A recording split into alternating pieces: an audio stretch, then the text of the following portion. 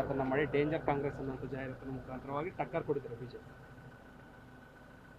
ಈ ಚುನಾವಣೆ ಯಾವತ್ತೂ ಕೂಡ ಈ ಮಟ್ಟಕ್ಕೆ ಒಬ್ಬರನ್ನೊಬ್ಬರು ಪರಸ್ಪರ ದ್ವೇಷ ಮಾಡೋದು, ಹೇಟ್ ಮಾಡೋದು ಇಂಥದ್ದು ನಾವು ನೋಡಿರಲಿಲ್ಲ. ಅದರಲ್ಲೂ ಪ್ರಧಾನಮಂತ್ರಿಯವರಂಥ ಲೆವೆಲ್ನಲ್ಲಿ ಧರ್ಮದ ಆಧಾರದ ಮೇಲೆ ಮಾತಾಡ್ತಕ್ಕಂಥದ್ದನ್ನು ನಾವು ನೋಡೇ ಇರಲಿಲ್ಲ. ಯಾವುದೇ ಪಕ್ಷದವರಾಗಲಿ, ಕಾಂಗ್ರೆಸ್ನವರು, ಭಾರತೀಯ ಜನತಾ ಪಾರ್ಟಿಯವರು, ಜನತಾದಳದವರು ಅಂತಲ್ಲ, ಯಾವುದೇ ಪಕ್ಷದವರು ಆ ರೀತಿ ಮಾತನಾಡಿದ್ದನ್ನು ನಾವು ನೋಡಿಲ್ಲ. ಮತ್ತು ಎಲ್ಲರೂ ಕೂಡ ಭಾಳ ಓಟಿಗೋಸ್ಕರ ಮಾತನಾಡ್ತಕ್ಕಂಥದ್ದು ಒಳ್ಳೆ ಬೆಳವಣಿಗೆ ಅಂತೂ ಅಲ್ಲ ಅಂಥೇಳಿ ನನಗೆ ಅನಿಸುತ್ತೆ ವೈಯಕ್ತಿಕವಾಗಿ. ಅದರಿಂದ ಜನ ಯಾವ ರೀತಿ ಪ್ರತಿಕ್ರಿಯೆ ಮಾಡ್ತಾರೆ ಅಂಥೇಳಿ ಚುನಾವಣೆಯಲ್ಲಿ ನೋಡಬೇಕಾಗುತ್ತೆ. ನಿನ್ನೆ ನೇಹಾ ಅವರ ಮನೆಗೆ ಅಂದರೆ ಹುಬ್ಬಳ್ಳಿ ಕೇಸ್ಗೆ ಸಂಬಂಧಪಟ್ಟಂತೆ JP ನಡ್ಡಾ ಅವರು ಹೋಗ್ತಾರೆ. ಜೊತೆಗೆ ಅಲ್ಲೂ ಕೂಡ ಅವ್ರನ್ನ ಸಮಾಧಾನ ಮಾಡುವಂಥದ್ದು ಆಗ್ತಾ ಇದೆ. ರಾಜಕೀಯ ಹೆಡ್ ಆಫೀಸ್ ಆಗ್ತಾ ಇದೆಯಾ ಅವ್ರ ಮನೆಯಲ್ಲ?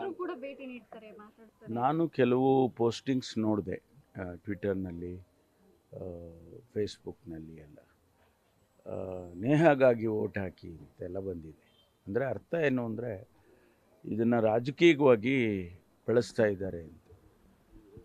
ನಾನು ಅದಕ್ಕಾಗಿ ನಾವು ಯಾವುದೂ ಹೆಚ್ಚು ಪ್ರತಿಕ್ರಿಯೆಗಳನ್ನು ಮಾಡೋಕ್ಕೆ ಹೋಗಿಲ್ಲ.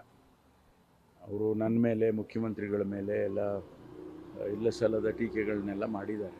ಸಂತೋಷ, ಅವ್ರು ಮಾಡೋದಕ್ಕೆ ನಮ್ಮದೇನು ತಕರಾರಿಲ್ಲ. ಆದರೆ ಕಾನೂನು ಈ ದೇಶದಲ್ಲಿ ಎಲ್ಲರಿಗೂ ಒಂದೇ. ಕಾನೂನು ನನಗೆ ಮಾತ್ರ ಬೇರೆ ಇರೋದಿಲ್ಲ, ಇನ್ನೊಬ್ಬರಿಗೆ ಮಾತ್ರ ಬೇರೆ ಇರೋದು. ಕಾನೂನಿನ ಪ್ರಕಾರ ಅವ್ರು ಯಾರೇ ಆಗಲಿ, ಹಿಂದೂ ಆಗಲಿ, ಮುಸಲ್ಮಾನ್ ಆಗಲಿ, ಕ್ರಿಶ್ಚಿಯನ್ ಆಗಲಿ, ಅಥವಾ ಯಾವುದೇ ಧರ್ಮ ಜಾತಿಗೆ ಸೇರಿದವರಾಗಲಿ, ಕಾನೂನು ಒಂದೇ ಇರೋದರಿಂದ ನಾವು ಕಾನೂನು ಪ್ರಕಾರ ಖಂಡಿತವಾಗಿ ಕ್ರಮ ತಗೊಳ್ತೀವಿ ಅಂತ ಹೇಳಿದ್ದೇನೆ. ಮುಖ್ಯಮಂತ್ರಿಗಳು ಕೂಡ ಹೇಳಿದ್ದಾರೆ. ಹಾಗಾಗಿ ಕಾನೂನನ್ನು ಬಿಟ್ಟು ನಾವೇನು ಮಾಡೋಕ್ಕೆ ಹೋಗೋದಿಲ್ಲ. ಯಾರನ್ನು ರಕ್ಷಣೆ ಮಾಡಿದ್ರು ಅವ್ರು ಹೇಳ್ತಾರಲ್ಲ, ಅವನು ಮುಸಲ್ಮಾನ್ ಆಗಿರೋದ್ರಿಂದ ಅವರಿಗೆ ಸಾಫ್ಟ್ ಕಾರ್ನರ್ ತೋರಿಸ್ತಿದ್ದಾರೆ ಹಾಗೆ ಅಂತ. ಅದರ ಅವಶ್ಯಕತೆ ಏನಿದೆ ನಮಗೆ ಅಂತ. ಅವನು ಒಬ್ಬ ಇಂಡಿವಿಜುವಲ್, ಅವನು ಮರ್ಡ್ರ್ ಮಾಡಿದ್ದಾನೆ. ಅವನು ಮರ್ಡ್ರ್ ಮಾಡಿದ್ದಕ್ಕೆ ಕಾನೂನಿನಲ್ಲಿ ಅವನಿಗೆ ಶಿಕ್ಷೆ ಆಗಬೇಕು ಅಂತಿದೆ. ಆ ಶಿಕ್ಷೆ ಆಗೋದಕ್ಕೆ ನಾವು ವ್ಯವಸ್ಥೆಯಲ್ಲಿ, ಅಂದರೆ ಪೊಲೀಸ್ ಇಲಾಖೆಯಲ್ಲಿ ಏನು ಮಾಡಬೇಕು ಅಂತೇಳಿ ಮಾಡ್ತಾ ಇದ್ದಾರೆ. ಅವನಿಗೆ 1 ಗಂಟೆ ಒಳಗಡೆ ಹಿಡಿದಿದ್ದಾರೆ. ಅದನ್ನು ನಾವು ಪೊಲೀಸ್ ಇಲಾಖೆಯವ್ರನ್ನ ಅಪ್ರಿಷಿಯೇಟ್ ಮಾಡಬೇಕು. ಹಿಡ್ಕೊಂಡು ಬಂದ ಮೇಲೆ ಅವನಿಗೆ ಏನೆಲ್ಲ ಕ್ರಮ ತಗೋಬೇಕು ಅದನ್ನು ಇಲ್ಲಿಯವರೆಗೂ ಮಾಡಿದ್ದಾರೆ, ಮುಂದೆಯೂ ಮಾಡ್ತಾರೆ. ಇನ್ವೆಸ್ಟಿಗೇಷನ್ ಮಾಡ್ತಿದ್ದೀರಿ. ಈಗ ಅವ್ರು ಬೇರೆ ಯಾರ್ಯಾರೋ ಇದ್ದಾರೆ ಅವ್ರ ಹಿಂದೆ ಅಂತೆಲ್ಲ ಹೇಳಿದ್ದಾರೆ. ಅದನ್ನು ಕೂಡ ಆ ಆ್ಯಂಗಲ್ನಲ್ಲೂ ಕೂಡ ಪರಿಶೀಲನೆ ಮಾಡ್ತಾರೆ. CBIಗೆ ವಹಿಸಬೇಕು ಅಂತೇಳಿ ಇಲ್ಲ, ಇಲ್ಲಿ CBIಗೆ ಹೋಗುವಂಥ ಸಂದರ್ಭ ಬಂದರೆ CBIಗೆ ಬೇಕಾದಷ್ಟು ಕೇಸ್ಗಳು ಕೊಟ್ಟಿದ್ದೀವಿ. ಏನು ಕರ್ನಾಟಕದಲ್ಲಿ CBI ಏನು ಇದೊಂದು ಹೊಸದಾಗಿ CBI ಏನು ಭಾಳ ದೊಡ್ಡ ಇದರಲ್ಲಿ ಇರೋದಿಲ್ಲ. ಅವರೂ ಕೂಡ ಇನ್ವೆಸ್ಟಿಗೇಷನ್ ಏಜೆನ್ಸಿನೇ. ನಮ್ಮಲ್ಲಿ ಆಗಲಿಲ್ಲ. ಈಗ ಅವನ್ನ ಹಿಡ್ಕೊಂಡು ಬಂದಿದ್ದಾರೆ. ಅವನ್ನ ಹಿಡ್ಕೊಂಡು ಬರಲಿಲ್ಲ, ಅವ್ನು ಬಿಟ್ಬಿಟ್ಟಿದ್ರು, ಅಥವಾ ಅವ್ನು ಸಿಕ್ಕಿಲ್ಲ, ಅವನೆಲ್ಲೋ ದೇಶ ಬಿಟ್ಟು ಹೊಡೋಗಿದ್ದಾನೆ ಬೇರೆ ದೇಶಕ್ಕೆ ಅಂತಂತೆಲ್ಲ ಅಂದರೆ ಆಗ್ಬೋದು. ಆದರೆ ಈಗ ಅವ್ರನ್ನ ಹಿಡ್ಕೊಂಡು ಬಂದಿದ್ದಾರೆ, ತನಿಖೆ ಮಾಡ್ತಿದ್ದಾರೆ. ಆ ತನಿಖೆಯಲ್ಲಿ ಏನು ಬರುತ್ತೆ ಅಂತ ನೋಡೋಣ. ಒಂದು ವೇಳೆ ಇವರೇ ಹೇಳಿದಾಗೆ 4 ಜನ ಅವ್ರ ಹಿಂದೆ ಇದ್ದಾರೆ, ಪ್ರಚೋದನೆ ಮಾಡಿದ್ದಾರೆ, ಇವೆಲ್ಲ ನಾನು ಹೇಳೋದಕ್ಕಿಂತ ಇನ್ವೆಸ್ಟಿಗೇಷನ್ ಹೇಳುತ್ತಲ್ವ. ಅದರಿಂದ ನಾವೇನಾರು ಒಂದು ಮಾತು ಹೇಳಿದರೆ ಅದನ್ನು ತಿರುಚುವಂಥದ್ದು, ಅದನ್ನು ಮುಖ್ಯಮಂತ್ರಿಗಳ ಮೇಲೆ, ನನ್ನ ಮೇಲೆ ದೂಷಣೆ ಮಾಡ್ತಕ್ಕಂಥದ್ದು, ಅದೆಲ್ಲ ಸರಿ ಕಾಣಿಸೋದಿಲ್ಲ. ವ್ಯವಸ್ಥೆ ಇದೆ, ದೆರ್ ಇಸ್ ಎ ಸಿಸ್ಟಮ್. ಆ ಸಿಸ್ಟಮಿನ ಪ್ರಕಾರ ಹೋಗಬೇಕಾಗುತ್ತೆ. ಕಾನೂನು ಪ್ರಕಾರ ಕ್ರಮ ತಗೊಳ್ತೀವಿ. ಈಗಾಗಲೇ ಅದಕ್ಕೆ ಏನೆಲ್ಲ ಮಾಡಬೇಕು ಅದನ್ನೆಲ್ಲ ಮಾಡಿದ್ದೇವೆ.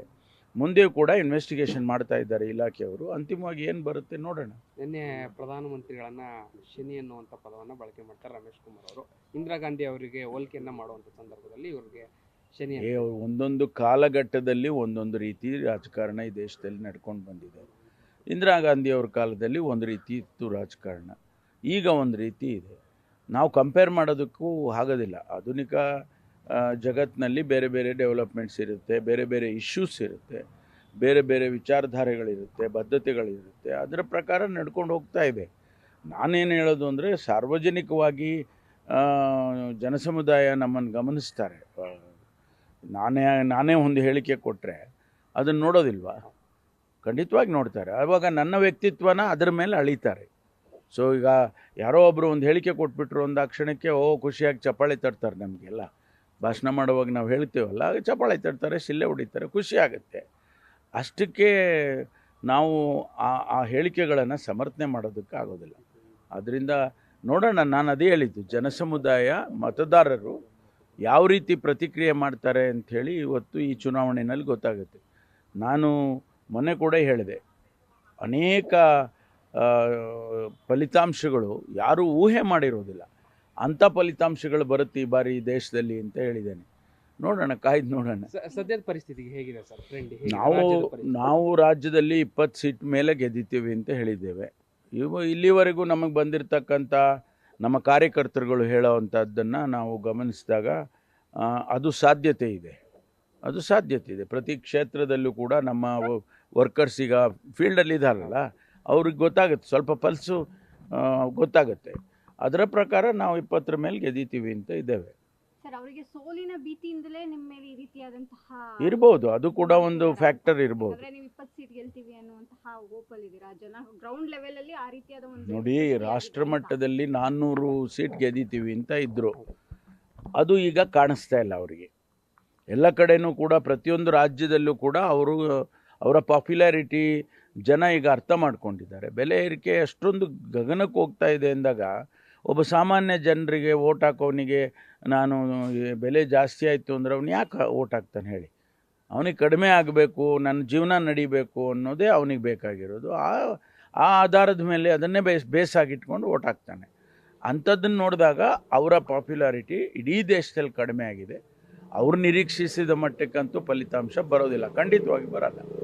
ಅದಕ್ಕೆ ನಾನು ಹೇಳಿದ್ದು, ಕೆಲವು ಕ್ಷೇತ್ರಗಳಲ್ಲಿ ಮತ್ತು ಕೆಲವು ರಾಜ್ಯಗಳಲ್ಲಿ ನಿರೀಕ್ಷೆ ಮಾಡದೆ ಅಂತ ಫಲಿತಾಂಶ ಬರುತ್ತೆ. Thank you. ನ್ಯೂಸ್ ಫಸ್ಟ್, ನಿರ್ಭೀತಿಯಿಂದ ನಿಮ್ಮ ಪರವಾಗಿ.